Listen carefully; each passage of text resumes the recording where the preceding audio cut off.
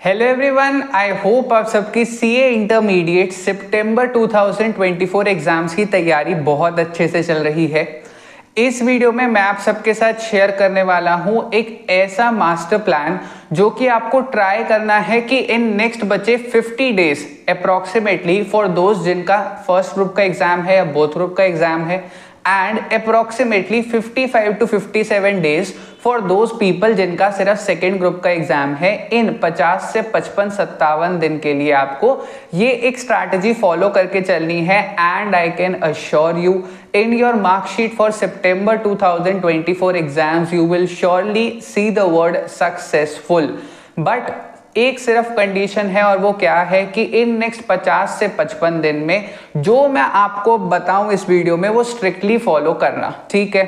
अब सबसे पहले बात करते हैं उनकी जिनका सिंगल ग्रुप का एग्जाम है, चाहे ग्रुप 1 हो या फिर ग्रुप 2 हो, ठीक है। जिनका अब सिंगल ग्रुप का एग्जाम है, एक चीज समझ के चलो, ग्रुप 1 वालों के पास 50 दिन है, ग्रुप 2 वालों के पास अप्रोक्सीमेटली 55 से 57 दिन है। आपकी प्रायोरिटी क्या होनी चाहिए कि अगर आपका कोई लेक्चर बचा है तो max to max by the end of this month यानी 31 जुलाई तक आपके लेक्चर्स अगर कोई बचे हैं तो वो खत्म हो जाने चाहिए, so that you can allot at least a time of 45 days for your self revision। और ग्रुप 2 वालों के पास तो ऑलमोस्ट 50 दिन का टाइम बचेगा, राइट। नेक्स्ट चीज जो अब आपको करनी है वो क्या है, एक चीज समझ के चलनी है, since you have just 45 to 50 days, तो इसीलिए काफी लोग आपको कहेंगे कि पिछले 5 अटेम्प्ट्स के पास्ट पेपर्स करके जाने हैं, पिछले 3-4 अटेम्प्ट के आरटीपीस करके जाने हैं, 1-2 अटेम्प्ट के एमटीपीस भी करके जाने हैं।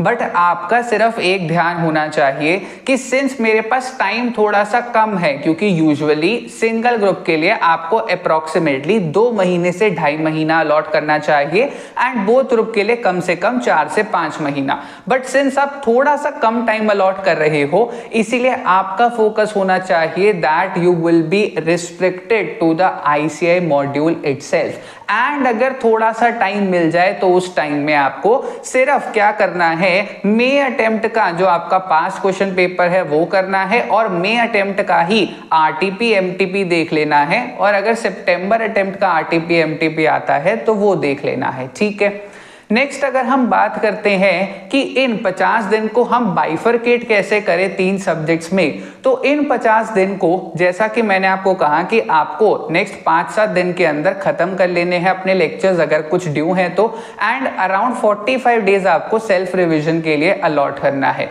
45 डेज जो है उनको आप बाइफरकेट करेंगे इनटू 3 पार्ट्स। क्या क्या है वो 3 parts? First part is of 24 days. 24 days का मतलब 7 डेज पर एवरी सब्जेक्ट, प्लस उसके साथ साथ 8th डे पर आप एक फुल सिलेबस टेस्ट देंगे। नेक्स्ट फिर आपको क्या करना है, इन 24 डेज के बाद you are still left with approximately 21 days, right. उन 21 डेज में से आपको पहले 14 डेज जो है वो अलग बाइफरकेट करने हैं, एंड उन 14 डेज में आपको क्या करना है, ट्राई करना है दैट 3 to 3.5 डे पर सब्जेक्ट, और एक दिन आपने टेस्ट दे दिया तो अप्रोक्सीमेटली आप 4.5 से 5 दिन लेंगे for each and every subject, तो टोटल 14 डेज के अंदर आप सेकेंड रिवीजन खत्म कर पाएंगे। और रिमेनिंग 7 डेज के अंदर फिर आपको क्या करना है, लास्ट के हम 5 दिन छोड़ देते हैं for your first exam, because I would highly recommend that आपका एम होना चाहिए कि ग्रुप 1 में अकाउंट्स और ग्रुप 2 में कॉस्टिंग दोनों प्रैक्टिकल सब्जेक्ट्स हैं और स्कोरिंग है, तो अगर हमें एग्जाम क्लियर करना है तो अपना टारगेट होना चाहिए कि इन दोनों में से एक सब्जेक्ट जो भी हमारा है सिंगल ग्रुप के हिसाब से उसमें हमें एटलीस्ट 65 या 70 तो लाने ही है, ताकि हमारा ओवरऑल एग्रीगेट में चिंता ना आए अगर बाकी 2 सब्जेक्ट में 40-40 भी रह जाएं तो, ठीक है। सो हमारा अब टारगेट क्या हुआ, सबसे पहले हमने अलॉट करे 25 दिन 24 दिन टू बी स्पेसिफिक, देन उसके बाद हमने 14 डेज अलॉट करे, एंड एट लास्ट 2 दिन आपको अलॉट करने हैं for those topics in the 3 subjects जिनमें आपको प्रॉब्लम आई, एंड 2 रिविजन करने के बाद भी आप 100% कॉन्फिडेंट नहीं है। ऐसे अप्रोक्सीमेटली आपको 8-10 टॉपिक्स मिल जाएंगे तीनों सब्जेक्ट्स में मिला के, एंड वो 8-10 टॉपिक आपको 2 दिन में रिवाइज कर लेने हैं, एंड देन फिर लास्ट के 5 दिन के अंदर ग्रुप 1 का एग्जाम है तो अकाउंट्स की तैयारी करनी है, और ग्रुप 2 का एग्जाम है तो कॉस्टिंग की तैयारी करनी है। ठीक है, ये तो अभी हमने बात कर ली सिंगल ग्रुप वालों की। अब अगर हम बात करते हैं उनकी जिनका बोथ ग्रुप का एग्जाम है,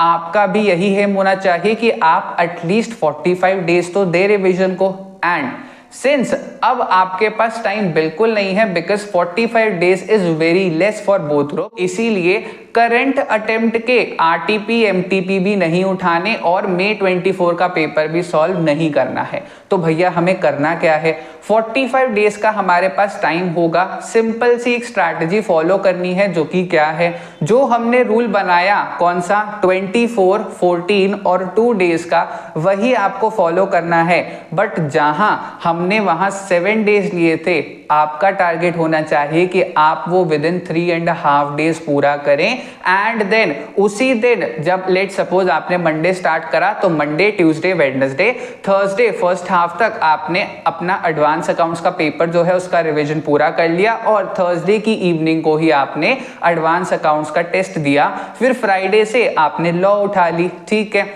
इसके साथ साथ फिर सेकेंड रिवीजन जब करोगे तो तब वहां पर 1.5 दिन अलॉट करना है इंस्टेड ऑफ 3.5, सो दैट आप अगर 1.5 दिन अलॉट करते हैं एंड देन फिर टेस्ट दे देते हैं एक बार, तो आप आराम से अपना सिलेबस 2 बार रिवाइज कर पाएंगे। आई नो थोड़ा सा मुश्किल लगेगा कि पूरा सिलेबस हम सिर्फ 3.5 दिन और 1.5 दिन में कैसे रिवाइज करेंगे, बट एक चीज आपको समझने की जरूरत है कि इन 45 डेज अच्छे से मेहनत कर लोगे तो दोबारा आईसीए तुम्हें जनवरी एग्जाम में नहीं बुलाएगा। आईसीए तुम्हें सीधा कहेगा बेटा मैं तुझे लंबी छुट्टी पर भेज रहा हूं, अप्रोक्सीमेटली 3 साल बाद ही तुझे बुलाऊंगा अब एग्जाम के लिए। तो इसीलिए आईसीए से वो छुट्टी पाने के लिए उन 40 से 45 दिन में थोड़ी एक्स्ट्रा मेहनत कर लोगे तो आपका ही भला है। ठीक है, so this was the overall strategy and you must remember, चाहे सिंगल ग्रुप दे रहे हो या बोथ ग्रुप, 2 टेस्ट जरूर देने हैं फुल सिलेबस, एक फर्स्ट रिवीजन में और एक सेकंड रिवीजन में,